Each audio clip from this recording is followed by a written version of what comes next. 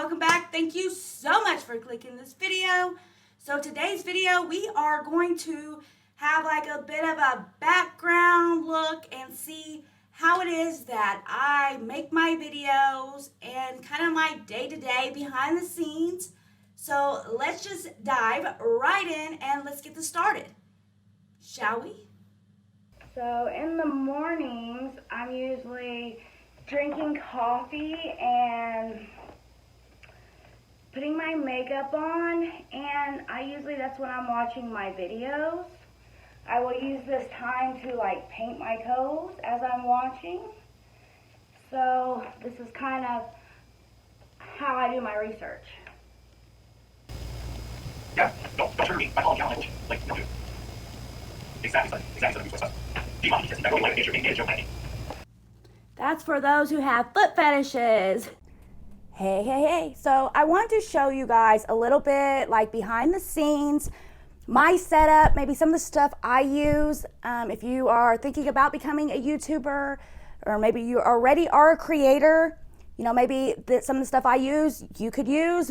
You have ideas of things that you use, I would love to know it because I could always use the help. So what I have on right now for my mic is this little thing right here. Hello. This is also the one I use in the car. So like that's my to-go thing. This is my room. This is my setup. Don't ignore. I don't know. Those are one of those things you buy. Do you guys ever buy things that you absolutely do not need? I need like one of those people in my life who's like, Nikki, do you want this or do you need this? I need that person in my life. And this is my little setup. I love elephants. I have a thing about elephants and angels. So this is my desk, and I have my computer here. I actually got this when I started doing YouTube. I got my monitor back here because I'm blind and this helps me see. Also, these are the mics I have. I had the blue Snowball, which was my first one I got, but my son got the Hyperx for his birthday a couple days ago, so that's what I'm using at the moment. I found out I may or may not be getting this one for my birthday as well. I'm pretty excited for it. I actually really like this mic. I like the Snowball one, but I will say this one is an upgrade, that's for sure. It's pretty bad when your kids have better equipment than you do. So I will turn the camera around, maybe. How do you turn the camera around? Okay, it won't let me turn the camera around. Okay, so this is one of my ring lights. It's not very big, but I got this too. My sister gave me this a while back. Here is my room, and it is also the boys' like playroom, their game room. So not only do I have my equipment sitting here, but I also have balls flying right over here. So yes, this is my setup, and this is where I do my work. So I'm gonna show you about some of my editing stuff. Okay, so here we are. So I actually use all these notebooks is every video I've ever done, I've written everything down. So like this is the video I'm working on now, becoming a YouTuber. These are all like the questions and stuff I want to go over. So I do my research, I watch the YouTube. Right now I'm currently watching The Glare and That Girl Go Back at It. Let me know what you guys think about that. That is just so crazy. I may do a video about it, but I don't know. We'll see. So I will show you. I go to Broadcaster because that's actually when I do the recordings on my computer. Broadcaster is usually what I use. So hello, here we go. Here we are. Okay, so there's the webcam right here. Yep. So when I do that, my first thing I'm going to do is test my mic to make sure my mic is hooked up. Okay, so we will hit the record button. Here we go. All right, guys, we are recording. Hi, say hi, guys. Okay, we are going to do a mic check. So hello. I will get real close to the mic, make sure it's working. Mic check 1, 2, 3. Hello, mic. And then we will go into our files. We will go to my recordings. We will go down to what's today, the 7/29, and we will, let's see, is it this one? Let's see. Is that the one we just did? All right, guys, we are recording. Hi, say hi, guys. All right, so mic is working. So, hello. And this is kind of how we just go about doing all this. So on my editing apps, I actually use Adobe. When I edit my videos, it's Adobe Rush, but they actually have like Adobe is great. Like, there are so many resources, so many things you can do. I just haven't quite learned how to do them yet. They have one, it's Premiere Pro. It's a huge editing app. It has like everything, but Premiere Rush is kind of like a easier, you know, easier, faster, you know, just on the go type of thing. So that's kind of what I use. But I actually love editing. It's got all kinds of music, all kinds of stuff. I really enjoy doing all that stuff. So I'm learning it. I feel like I've came a long way from when I first started and knew nothing about editing. So I'm still learning, you know, and I enjoy it very much. So I quickly just wanted to show you guys Adobe. So this is all Adobe has. Yes, this one actually does. I mean, it costs money and it is a little pricey. It just really depends on, you know, how much you're wanting to do in the editing and all that. So where's my Rush? This is usually the one I use. This is my go-to app. I also want to say, like, a big part of, you know, putting your videos and all your information on your laptop, it is a very good idea to make folders, you know, because I know my stuff is so unorganized. I'm not really sure. I'm not tech savvy at all. So I'm not really sure, like, how to make folders and all that. So my stuff is scattered everywhere. So these are just some of my videos, you know, that I've made in the past. I'll show you guys one that I'm trying to work on. This is the one I'm working on right now. It's like my true crime one that I've been working on, and then I get sidetracked and I start working on something else. But I'll just give you a little sneaky peek here. This is Conrad Henry III, reporting to you about what's going on through my mind. All right, so here's my little sneak peek on what I'm doing, what I've been working on. If needed, when your pre-canned measurement is complete, click Enter the date. Then press the green flashing start button to begin your session. So now we're in my car. We literally just went and got spray tanned. So yes, I know I look dark. So I wanted to take this opportunity and show you, when I'm in my car, I use this mic. But I want to share why I started my YouTube page from the get-go. So when I look around me, literally all I see is your far left, your far right, it's black, it's white, you stand with this person, you're against this person. I never seen any balance. I never seen anybody in the middle. Like, I agree with a little bit of what this person says, but then I do see some of the stuff this person says. There's no balance anywhere. You know, I'm a religious person. I believe in God. I believe there's a higher power. But I have those who are, you know, very close to me. They don't believe in God. They don't believe in religion. I don't sit there and tell them when I see them, you know, I'll pray for you, you're going to hell and you're going to be damned. I don't say that. I listen to them. I take in what they say to me. You know, they talk to me about science and cells and all that, and I listen and I gain information. But that don't mean I believe it, you know. But it's giving them the respect, because everyone deserves respect. Just because they don't believe what you believe in, everyone deserves, you know, the respect that you would want. So something I do, and something I started doing a while back, was I actually subscribed to several different news stations. And this all started with St. Louis. I don't even live nowhere near St. Louis, but I started to follow their news station because I would see like articles come up in my town and I would read all the comments, and then I would go to St. Louis's area and they would have the same story and I would read what they had to say, and it would be literally night and day. The difference of opinions is wild. You know, different people, we are around different things depending on where we live. We were all brought up different. So I found that very fascinating. You know, I would encourage you, go look at the news station states away from you and just go look through their comment sections on some of the same stories and just see how they compare. Hi guys, so it is very early in the morning. I've been up since 4 a.m. Everybody else around here is still snoozing. So since I took that me time yesterday, I have to like double down and crunch time to get this video up. My goal was to get it up at 8 in the morning, and then I just realized this morning, yes, it might be 8 in the morning here Central Time, but it's gonna be 9 o'clock for Eastern Time. And why I'm telling you this is because as a creator, it's very important to find out when is the best time to put your video out. When is the subscribers on YouTube watching? I know me, I watch them in the morning. I do not believe I've ever put a video out first thing in the morning. And that is why I was wanting to do this one to kind of see where I stand with that. The YouTube analytics tells me my best time to put a video out is at 3 p.m.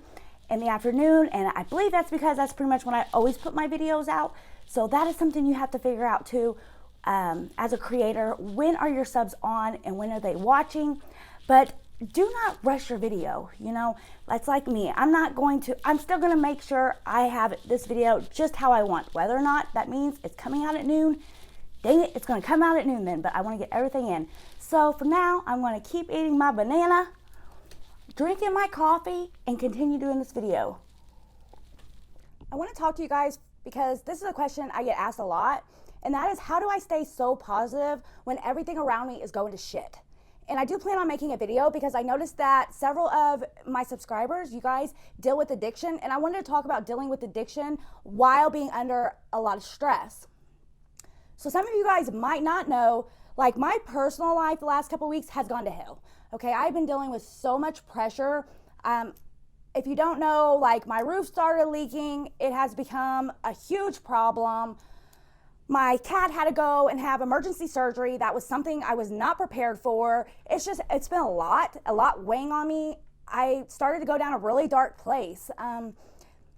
But how I got over that was because every day when I wake up, I tell myself, today is going to be a good day. And sometimes things start going wrong. You know, maybe you're getting up late, you hit that train, you're late for work, maybe you spill your coffee on yourself, you had to turn around and go home and change your clothes. And I'm like, no, nah, devil, we ain't doing this today. We are not doing this. It's going to be a good day. Let's get back on track. I feel like your mind is such a powerful thing. And this is my opinion. I feel like my mind, I can control pain. I can control everything with my mind. So it's very important to have your mind right. I also, I watched a video yesterday, a documentary about the California wildfires, and, you know, it really got me thinking about my own experience with a fire that we had a couple years ago. You know, that was like a very hard time in my life, but after watching that documentary, I'm like, now those people had it hard. Okay, not only did they lose their house, they had to bail out of their cars and start going on foot, so now they've lost their cars. They're trying not to lose their lives. A lot of people did lose their life. So whenever I'm feeling bad for myself or I'm feeling so overwhelmed, I think of the stuff I do have.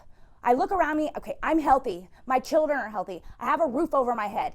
You know, I have food in my belly. There are some people who don't have those things. So even like, say, you know, my car breaks down and I'm so stressed because I don't have the money to fix my car. Well, you know what? At least I have a car to repair, you know, because there are people who don't. There are people who are out there on foot. So I always try to think about what I do have in my life that I am blessed. I look around and what I am blessed with, what I am thankful for. You know, I have a YouTube channel. I have you guys. I look back at all the kind comments, and I have that in my life, and that is what I'm thankful for. So, like, when all this shit's going to hell, you know, I get on here and I start doing research and editing and all that, and it, like, just takes me away, you know? It's just a really good place to be. All right, guys, so you're ready to start your channel. Now you have to make a decision. What's best for you? Is it going to be making videos or doing streams and panels? That's a decision you have to make. There are some, literally, their whole channel is, they just do streams and panels, and they excel at it. They're good at it. For instance, Xylee Gets Real. She don't put out regular videos. She does panels and streams. So she has all her tech stuff pretty much, you know, done and ready to go. She has all of her research on her computer ready to go so everything can run smoothly. She has rules in her chat, which is very important, to lay down rules, let everyone know who's viewing what is acceptable and what's not acceptable so things don't get out of hand and people don't start going at each other's throats. Or you can take the route like I did, and that's making videos. Don't get me wrong, sometimes, every once in a while, I will throw out a live. I do plan on doing one coming up, but I have found that sometimes doing lives and they cause more drama because I feel like people just start kind of talking back and forth just so freely, like you're talking to your friends, and you're not really kind of thinking about what you're saying, and things can get twisted and taken a complete different way, as we all have seen ourselves, and it could turn into a lot bigger issue than what it really was meant to be. So you want to make videos. To me, that's what I chose to do. It's going to be awkward at first. Sometimes it's still awkward. You know, you're talking into a camera, nobody's like right there talking back. But you will see that once you start putting videos out, you'll see your subscribers, they'll start talking to you and answering questions that you had put in your video. And you're like, okay, it will finally click to you and it will get better and it will get more comfortable. You know, even me, I still have, awkward times. I'm an awkward person. I like the videos better. I can do my research. I can gather it all together, and then I can present it to you guys and then get your feedback. Becoming a tea or commentary channel. So I really wish more drama channels and commentary and tea channels, I wish they would do more like a behind the scenes or kind of talk about their experiences, because it's a very tricky area to be in, okay? It's not like that, say I'm interested in cars and all I put out is cars. So everybody knows when they come to my channel, I'm going to be talking about cars. So this, being a commentary tea channel, is a little bit different. So you pick up different subscribers along the way. So say I picked up some subscribers when I did my Eugenia Cootie video. So they're not going to be interested when I put Critical K videos out. They don't know who Critical K is. You need to find kind of a balance, at least for the majority of your videos, where everybody in your audience can be interested. I'm still trying to figure that out and learn that myself. Because I know I see several creators and they have like over 10,000 subs, but they're literally getting the same views as I do on my videos. I mean, they may get the most 1,000 views and they're sitting at 17,000 subscribers. I'm going to talk about the numbers here in a little bit, because when I first came on, I did not worry about the numbers at all. I never even looked at it. I didn't care. I didn't get into the ends of the algorithm or anything like that. My whole thing was just putting videos out. But I noticed the most important thing, and I feel as well, is your views. I don't care how many subscribers I have. Yes, I have 1,000 subscribers. I'm thankful for all of them, but I want to make sure my views are there too, because I want to make sure I'm putting content out that the subscribers want to see. The reason they subscribed to my channel was because they were interested in seeing what I have to give. And if I'm seeing really low numbers, then I'm feeling like, well, I'm not giving them what they want or expected out of me. There's a catch-22 on that one too, because there are things that you have to kind of learn, and that's like these SEOs, the tagging, the keywords. So when I first started, and I'm literally just starting to kind of figure that information out, to me, I look at it, it's like a different language. I'm like, what are they saying? It's so confusing, but it is very important. So there's some stuff that you want to get. You can watch vidIQ videos. So you want to check and make sure your keywords.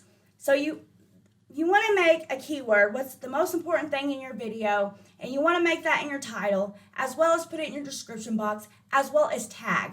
So it's kind of like a little word game that you have to figure out. There's a box you can put it in to find out like where it ranks on the algorithm. Sometimes if there's like a whole lot of competition on that video, you're not going to do good. You're going to rank low, and YouTube's not going to push your video out, because there's going to be higher people above you who are putting the same video out, and they're going to push that video out before you. So one thing a problem I've came across with YouTube is having my stuff pushed out on the algorithm. I have so many people come and tell me that they did not get a notification, that they had no clue I even put a video out. My last video I just did on the Dad podcast, I put my video out and then I realized it was the wrong video, and I hurried up and privated it when I got home, and it pushed that one out. Like the 10 minutes it was up, it was pushing. It was view. But then I privated it. When I got home, I had to put the right video up, and when I did that, it did not push it out, because you never want to make 2 videos in the same day, because it won't push out that second one. Like it'll get overlooked and you won't get a notification. Since they did send notifications out on that very first one, they're not going to send notifications out for that second one.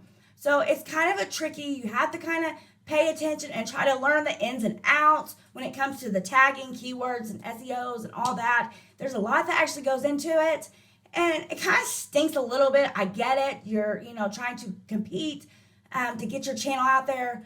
I don't care what anybody says. Nobody is making videos and sitting there saying, oh, I hope nobody sees this. Everybody makes videos because they want people to see it. And it stinks, If you put a week's worth of research every day, you're researching a topic and you're putting in all this editing and you're doing all this work, and you push a video and you put it out and it literally gets no views whatsoever. Nobody watches it. Nobody's interested in it. yeah, it's upsetting and it can make you second guess yourself. And then I've noticed there's some videos where I literally just get on and I talk and there's no research that goes in, and those are the ones that pop off. And so it can get very discouraging. But keep going. That is the main thing. And try to stay consistent. This is something I'm working on. I'm going to try to do like maybe videos every Tuesday and Thursday. That's what I plan on doing when I start back at work. But also, just keep going. Even though if you're looking, you're like, nobody's watching my videos, nobody's interested. It may be just because it's not being pushed out and not everybody is seeing it. I mean, I look in my analytics and I see that only like 4% of people who are subscribed to me got sent a notification for that video. So they didn't even send it out to the people who are subscribed to me. So it hurts, but keep going, keep staying consistent. And, I know if you're not getting very views, you might think, well, I mean, are people just not interested in me? Do they just not like me? Is it my voice? Is it the way I present stuff? Like, I feel like I'm just as good as this person, but my views aren't there. And you can literally do the exact same video word for word. But I'm telling you, it has to do with, the algorithm and actually getting put out there for your audience, for your subscribers, the ones who you built this relationship with, to even be able to see it. I also believe you should do something you enjoy, something you really care about and you're interested in, because if you're doing something you don't really care and you're just putting it out because it's a hot topic, everyone can feel that energy. Everybody is going to see that you're just kind of doing it because it's a hot topic. So just do what you enjoy, what you're passionate about. Thumbnails. The thumbnail app that I have been using is, right now I have Thumb Maker. That's the one I just downloaded. But I was using Superimpose. It's not a bad one. I think it's like $3.99 a month, and it has some basic stuff. It's not bad. I've been using it this whole time, but it's time to switch stuff up, and I want to, I've used all of them that I feel like I can use. Also, LumaFusion that's what I called my thumb maker. That was actually the very first editing software I started using. It's free, and actually it's very simple for somebody who, I don't know tech at all, and I was able to get myself around that one. That is a very good app to use. But keep just going and doing what's best for you, your channel, and your subscribers. Video I was watching today from the YouTube CEO is sometimes it takes months for your video to even pop off. So maybe you might have 100 views on a video and you're like, it might be 8 months down the road and that video might just take off. So just keep doing you. When it comes to opening up about your personal life, so when I came on here, I wanted to open up about myself and kind of let everyone know a little bit about me and where I'm coming from. That's completely up to you, how much you want to, tell about yourself. I've also seen another creator, I'm just going to say it. So Radiant Britt opened up about her personal life because everybody kept saying they wanted to, make her a little bit more human by opening up and telling about herself. And so she did that. And it got slapped right back in her face and used against her. And I seen that all go down. And I think that's sad. That was horrible. It should not have happened to her. And that's the reason she never opened up. So that's something you have to think about. And, that also comes with being friends with other creators. I have found friends on here. So I can't tell you not to become friends with somebody, but the smartest thing is not to, just to keep it pushing, keep doing you. But just be careful what you put out there, your personal information, because I'm not gonna lie to you, it can come back to bite you in your ass. If you feel like you need to block somebody, if you feel you have a troublemaker, go ahead and block. There is a place where you can put in blocked words, and a lot of time YouTube pulls comments. And I think it starts crap because then people think that that the creator deleted their comments or hid their comment, and that won't be true. YouTube actually does, and sometimes they won't even be saying anything bad. I do not know what it takes, but I cannot tell you how many times I've seen comments go in. I see it in my notifications. I can read a little bit of it, and YouTube takes it, and I don't know where YouTube takes it. But, that's up to you. Again, I don't have one person blocked. I don't have any keywords yet. But like I'm saying yet. But that's because I have been very lucky that I haven't had to use those tools. But if you need to use them, you feel like you need to use them for your own mental health, for the mental health for your other subscribers, go ahead and use it. Another very important aspect of being a YouTube creator is doing your research. Research. Make sure you know what you're talking about. Make sure you're doing the work and you know what you're talking about. Yes, you could be a channel who just kind of flies off and, goes with the wind and talks about whatever and just let everything just roll off the tip of your tongue or whatever you're feeling like saying at that time. But that's just not me. That's not the way I run my channel. I'm not going to make up like conspiracies. I'm not going to insinuate something that I don't have factual evidence. I always try to do my research, sometimes a little bit too much. To me, I find it interesting that I see people putting out videos constantly, just throwing videos out. And in the back of my head, I'm thinking, there's no way they've done all that research. There's no way. Okay, piggybacking off other creators. It's something that's going to happen. A lot of topics that interest a lot of people. It's just something that's bound to happen, that several creators are going to talk about one topic, especially if it's a huge deal going on. Everybody has their own perspective on things, their own spin of it. So I think that's just about it, you guys. So coming on here, I have learned a lot. There's a lot of things that there's a lot of things I wasn't expecting, and this has really just been, I've been on here for 7 months, and it has been a wild ride. Just do what makes you happy, what you enjoy doing. Do not let this interfere with your personal life. You have to find a balance between your personal life and YouTube. I feel like you should treat it like a job. Pick a set time when you're going to work on it, and then that's it. You're doing the rest, your family time or your me time, and do it like that. Make your videos however you want to do it. If you want to edit, if you don't. I will say I think the editing's really fun, and once you pick it up, you'll learn to love it. Also, be careful for copyrights, because I've actually already have a copyright claim. So like now, since becoming a YouTube creator, it's almost ruined all my entertainment. So like when I'm watching TV or movies or documentaries or other YouTube channels, I'm like, where did they get that information? How was they able to use that clip without being copyright?